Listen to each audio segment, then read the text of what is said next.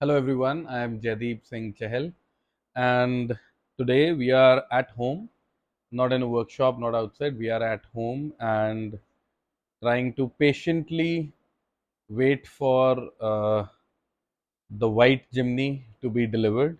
And so it is a feeling that I'm sure a lot of you can also understand.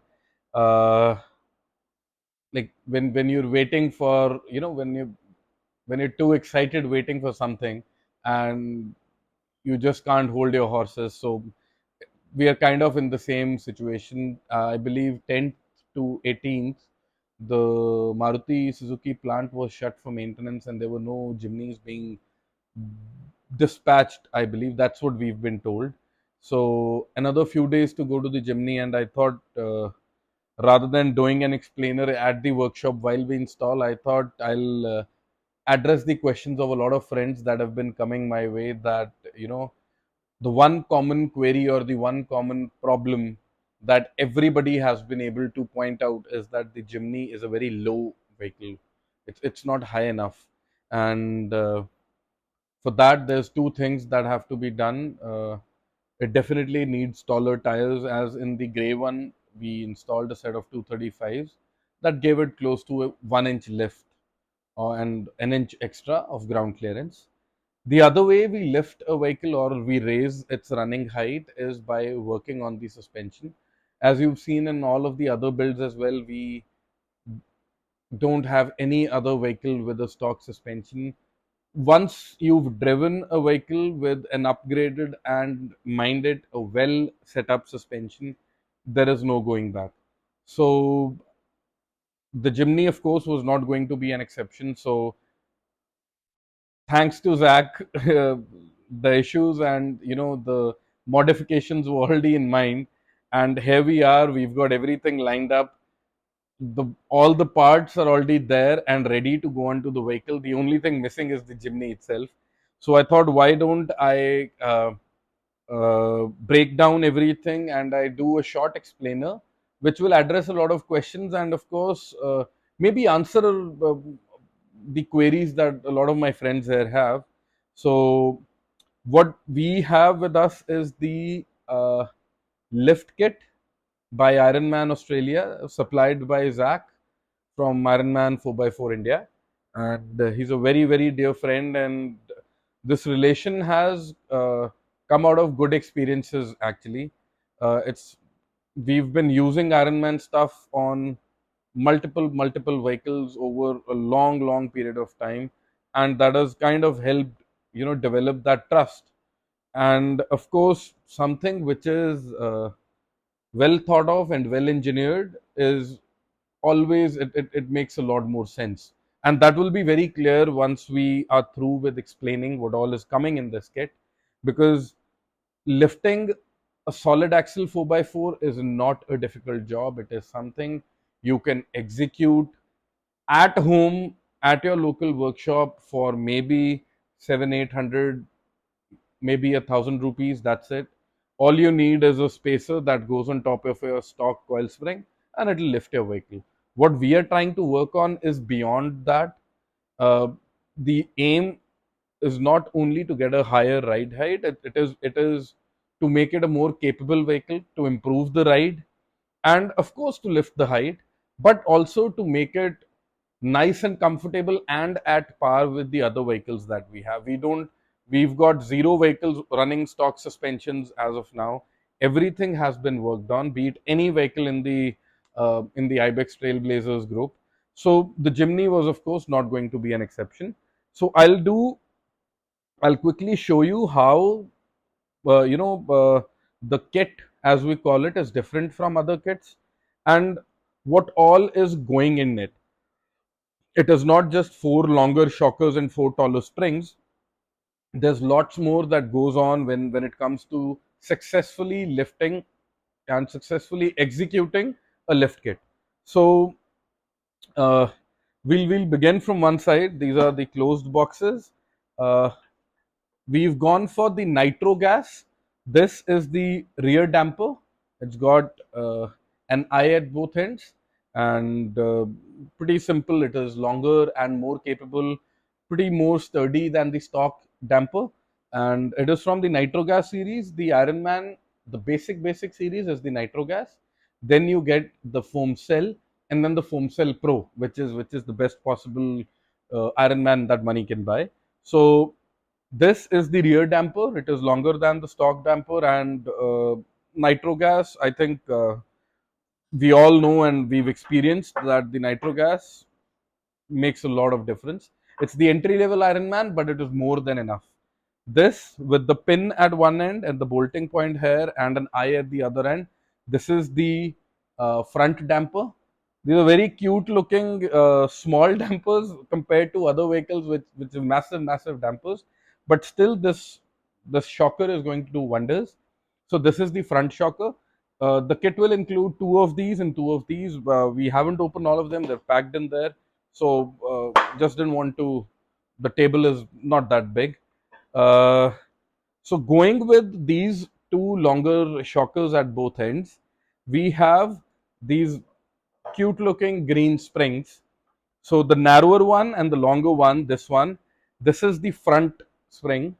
This will this is longer than your stock spring and way thicker. In a spring, it is the metallurgy that counts. It is not the color that counts. Springs come in many different roles and specifications. So what we've done is since the four-door Jimny has not been launched abroad, what we've done is we've gone for a rated spring. The Indian Jimny is slightly heavier than the international two-door model. So we've gone for the rated spring. This is a C coil.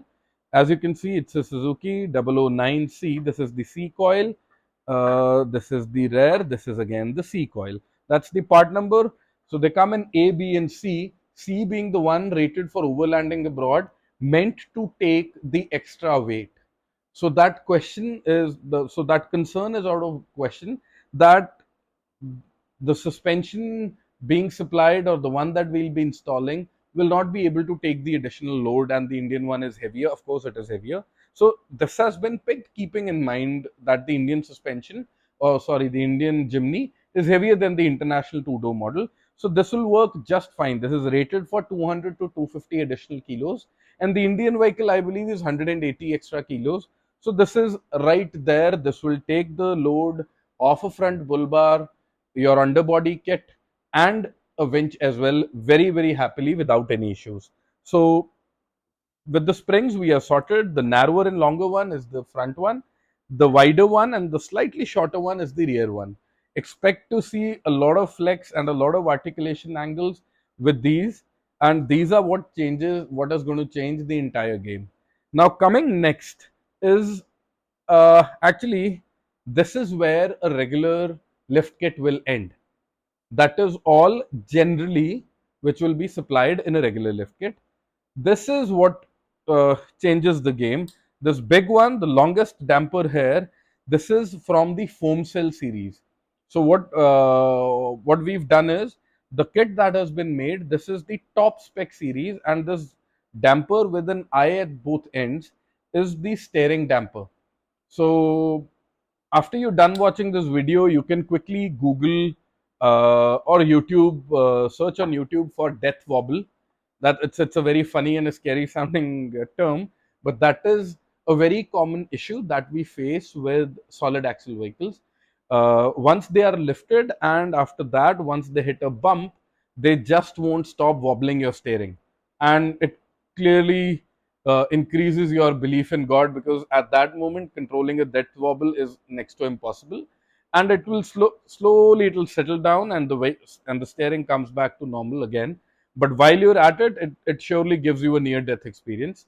So this steering damper from the foam cell series, the reason it is there is it replaces the stock steering damper. So your regular independent front suspension vehicles, which will include almost every SUV on sale in India, from the Endeavour, your Fortuner, your Scorpios, the Isuzu, the Hilux, all of them, even the Gurkha, all vehicles that you can think of, they have an independent front suspension. The only other vehicle with a solid axle in front on sale today is the Rubicon, or the Wrangler, you can say, is the Jeep Wrangler, which also has death wobble issues until unless you've got a good steering damper doing the job. So this plays a very important role. The minute you lift it, it is I think this is the most important bit in there. So this lift kit is going to raise the ride height by 50 mm, which is 2 inches, and this is more than enough to accommodate that. So the best part for for kits like these is, let's say this one, like the steering damper, is going to come with its own adapter kit. The spindle looking thing is going to go onto our frame at one point, and it is going to take the serve as the mount for the steering damper at the other end, and all the hardware is supplied with uh, the kit. And of course, this is your basic stuff. This is for the top. This is a fresh set of bushes and press washers, and that's a spacer in there, and a fresh lock nut bolt. So that's about it. So all your hardware comes as a part of the kit. So after we're done with your basic lifting, these you can buy replacements for these in the local market as well.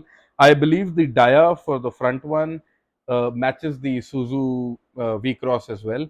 So people, I know, people might plan on using those springs as well. People have done that abroad as well.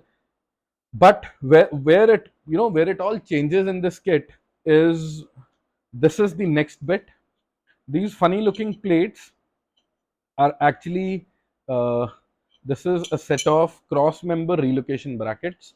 So this is basically to add a little space. So what happens is, when you lift a vehicle, the shafts, so in a 4x4 vehicle, let's say this is your center, this is the front, this is the rear, your shafts will go like this. More you lift, more the shaft angle is there. And cross members at certain places pass under your shafts. So what happens is, as you keep raising, the shaft angle keeps coming down, and then it might start rubbing with those cross members. Cross members are the braces in a ladder frame. So it might start rubbing, touching, or grinding against those cross members. So what this has done is, this very cleverly relocates the cross member, or brings its height down by close to quarter to 2 inches, which makes enough clearance for the shaft angles to move around freely. So this is how well and how deeply uh, the kit has been thought of. This entire set of hardware, or these all longer bolts, are a part of the cross member relocation or cross member drop bracket. That all goes there. Then comes, so with longer springs, you get a bigger amount of flex. So there is a possibility that, so how your springs fit is, let's say this is the front spring, and it'll go in a seat at the bottom, in a seat at the top, and then there is a bump stop in the middle, which is to accommodate for extreme articulation. So what happens is, it works two ways. The bump stop also holds your spring in, and it also acts as a rubber stop. When the spring compresses, it does not let it go beyond a certain limit. So in case of these springs, two things can happen. Extreme articulation, you can pop these out of the seat, and that is where your bump stop, which is sticking in like that, will hold it in place. So the stock bump stops are shorter. So what we need with more flex is a longer bump stop. I'll quickly open it for you. So it's just a basic rubber bump stop. This is going to go replace your stock bump stop, and it is going to go and sit in there like this. So this part, just imagine the kind of travel we are expecting. This might compress and touch there, and also this will act as a stopper. It won't let the spring jump out of the seat and pop out. So the kit also comes with a set of bump stops for the front. Another thing that is there is this simple looking pipe. So this is a brake line extension. So what happens is, when we lift the suspension, the springs push. It is basically the longer springs and dampers are pushing your DEF tubes away. So it pushes it towards the ground, which in turn raises the vehicle up. It is like you're saying, I'm doing a push up or an earth down. So you're pushing it down, but actually you're rising up. It's the same with this. So the longer spring is actually going to try and push the earth down and raise the vehicle in turn. So when it raises it, the differential uh, slowly, like let's say this is the differential, this is your ladder frame, it is going to go like this, that gap is going to increase. Also, we get more articulation. So with more articulation, the differential or the def tube is going to move like this or travel like this. So in that case, the single pipe that connects your brake lines to the solid axle tube can fall short in length, and in case of extreme articulation, you can just break the hose, like stretch and break it. So what this does is, this is an extension for that. So this will accommodate the lift as well. So these are the little bits that are very, very, very, very thoughtfully done, and which will actually play a very, very important role in giving you uh, a seamless experience once you've lifted the vehicle. This little thing again, this is a very basic looking bracket. So this is uh, so what happens is, in these modern vehicles, your headlamp is leveled by the position of your rear wheel or the rear hub. So there is a little bracket that loaded with a spring that connects to a sensor, which determines the vehicle's angle, and it keeps your headlamps level. So in case you lift the vehicle, your headlamp might be falling like this. So because it gets a wrong feed that the vehicle is always at an extended position, the suspension. So this is an extension bracket. This will simply replace the stock bracket for headlamp height adjustment, and this will make your headlamp level again. So points that we generally might skip, so those are all covered in the lift. So the lift is actually going to take care of stuff we don't even know existed. Now to probably the most important bit, these four funny looking bits that seem to be manufactured wrong because the bush is not at the center or the sleeve is not at the center. These are the caster correction bushes. So this is what I had spoken about in the other video as well, and now we have them physically with us. So in a solid axle vehicle, there are two radius arms, controlling arms, that they've got n number of names, but they actually sit like this, and your differential goes like this. So they sit like this.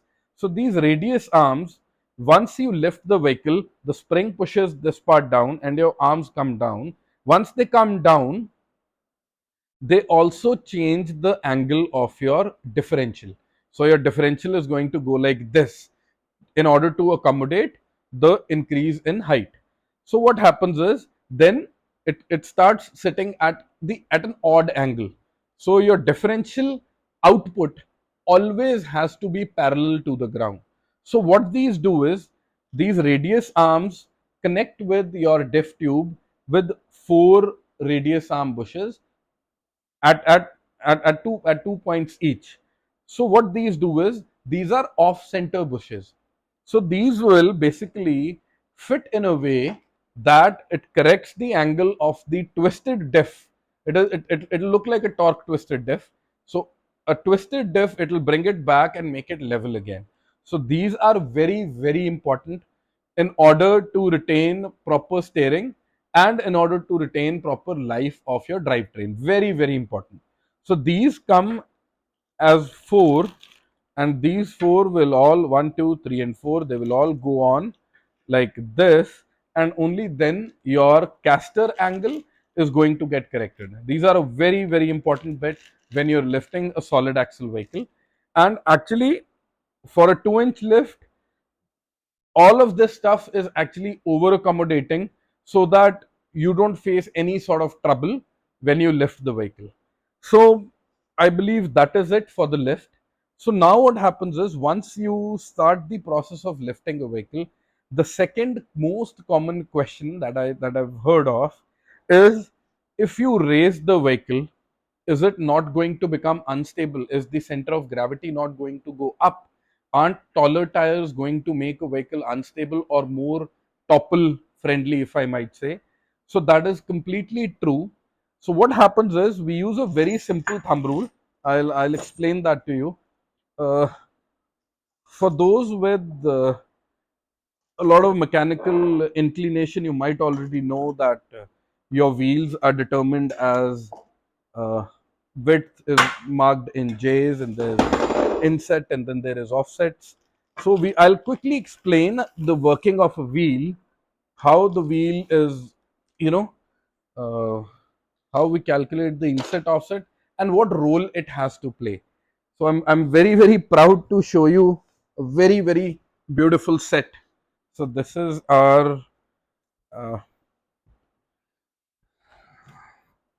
this is the wheel. So the wheels are here, the tires are here, everything is here minus the car. So that's the sad story. I'm opening this for the first time actually. I have opened and seen the other ones, but this is the first time I'm opening this wheel. So this is being made by Wheel Pros and is being exported. So in my opinion, it's a beautiful looking wheel, and thanks to Saurabh from Chakra and Pavan from Jeep Tires India. I was not aware these are available for sale in India as well. Very, very happy to have these. So this is the right center bore. I'll quickly brief you through the basics of what of what we generally have to see in a wheel. So in a wheel, you all might have heard of terms like PCD, CB. Since we are already at it, I'll quickly explain it to you and why and how is showing a wheel holding a lot of relevance here. So this area that you see right here, this hole is the CB or the center bore. Okay, so this CB or the center bore is what goes and rests on the hub. Mind it, a wheel can never take load on the bolts. The bolts are not to take load. Your wheel has to be hub centric. If a wheel is bearing load on the nuts or on the lugs, it is called a lug centric wheel, which is not good. It might break or shear any day. You might lose your studs, and it might just end in a disaster. A wheel has to fit tight and has to sit right on your center bore on this part itself. Just imagine, let's say this is the end of the axle that is coming out of the vehicle. It has to sit like this. It has to go on this. All my friends who are going to fit alloys on the Jimny, they will see that this bit says Suzuki in the front, and in the rear there's like a 5 mm protrusion, round protrusion that goes and seats on this. So this is the center bore seat. So it has to sit on that, otherwise it won't work. So this one has a center bore of close to 108. I think this is close to 108. Fortuners and all, they've got a center bore of 110. They're all different. So that is your CB. Now you see 5 bolts. This you might be seeing people referring commonly that this is a 5 by 139. So what 5 by 139 is? 1, 2, 3, 4, and 5 is 5 bolts. 139 is the PCD. PCD is the pitch circle diameter. That is, if you take the centers of these 5 points and you draw a circle, the diameter, not the radius, the diameter, that is the through and through distance of that, has to be 139. If you can just bring the camera close, I'll try and show that if that is the center. If you zoom, I'm sorry, my scale, it's a little too big, we can't bend it in, but you will see it is going to be close to 140 to the naked eye. So that is the pitch circle diameter. So this has to be right for your alloys to fit. So the next thing that is there is why we are doing this entire discussion is the question started: if we lift the vehicle, is it not going to become unstable? So now this is where the actual fun part comes in. If you can quickly bring it this side. So a lot of wheels will show all the basic detail that you need. Okay, so this one is supposed to show, yeah, there you go. So this is a 15 by 8J. 15 is the diameter of the wheel. It's an R15, sorry. It's an R15 15-inch wheel. 8J is the width. So 8j is this bit. Okay, if you can see, this is the inner part, the tire mounting area is going to be 8j. It is where the bead sits. It is not the width of the wheel, it is the bead seating width. That is clearly 8 inches. So it is an 8j wheel, and the last bit that it says is ET. So ET is offset, minus 19. So ET is always measured in 19. Sometimes you might even find a wheel with no ET mentioned. It might say inset, it might say offset, or it might not say anything, just two random letters, digits with a plus or a minus in front. It could be anything like 10, 20, 25, 19, anything. That is the inset or the offset. Stock wheels might even read something like a 40 or a 50 because they have a very positive offset, so they are more inwards, they don't stick out basically. So in this case, this wheel is 15 inches dia, which is same 15 inches radius, which is same as your normal stock Jimny wheel, plus it is this thing, plus it is uh, wider. So what the stock Jimny wheel is, it's a 15 by 5.5j. That is a 5.5 inches wide wheel. This is a 8 inches wide wheel. So that is where the difference is. This width is more. Other than that, the ET on this one, or the offset, not the inset, the offset is minus 19, which is almost 20 mm, which is 3/4 of an inch. 19 mm makes 3/4 of an inch almost. And uh, so that, and compared to the stock Jimny wheel, it has an inset. It does not have an offset, it has an inset of +5. So I'll quickly show how you measure the inset or the offset. So technically we'll just do a calculation. 15 by 8j, if this had an ET0, then this mounting part would have been 4 inches from the brim. Okay, so if it had been 0, now that it is minus 19, it has to be even more, 19 inches inward. So this, ideally this has to be 3.25 inches. So we'll quickly check. This is the, we'll use this to level, and we'll use this to measure. And if you can just bring the camera this side. So this is the surface that goes and mates with your hub, right? This we are using just to get an idea of the baseline.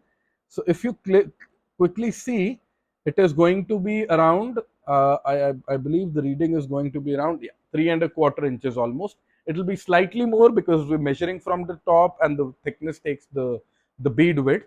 But I think I've made my point clear. So in case of the stock wheel, this fitment is that is 5.5 inches. So that is 2.25, 2.5, 2.75, and plus 5 uh, in points. So that is close to 2.5 inches this way. So this wheel is not only deep on the inside, but it extends out as well. The stock Jimny wheel will be close to 2.75 inches wider from this point. This wheel, on the other hand, is close to 4.5 to quarter to 5 inches wider. So what that does is, it is going to bring the wheel out. And the current Jimny with the fender flares, or as we've seen in the other video as well, it sits very flush. Not even flush, it is easily 2.5, 3, more than 3 inches inwards. So with this, what will happen is, we will gain close to uh, an easy 2.5, 3 inches of width on each side. So where that width contributes is that it adds to your track width. So basically, the vehicle, if the wheels are sitting here, you add wider wheels, it's going to go like that. So we are adding 3 inches on this side, and we're adding 3 inches on this side. That gives us an increased track width of 6 inches.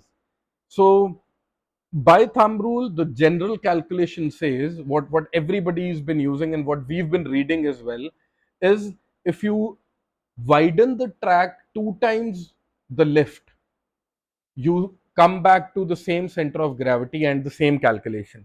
So in this case, the width is 6 and the lift is 2. So we are widening it 3 times the lift.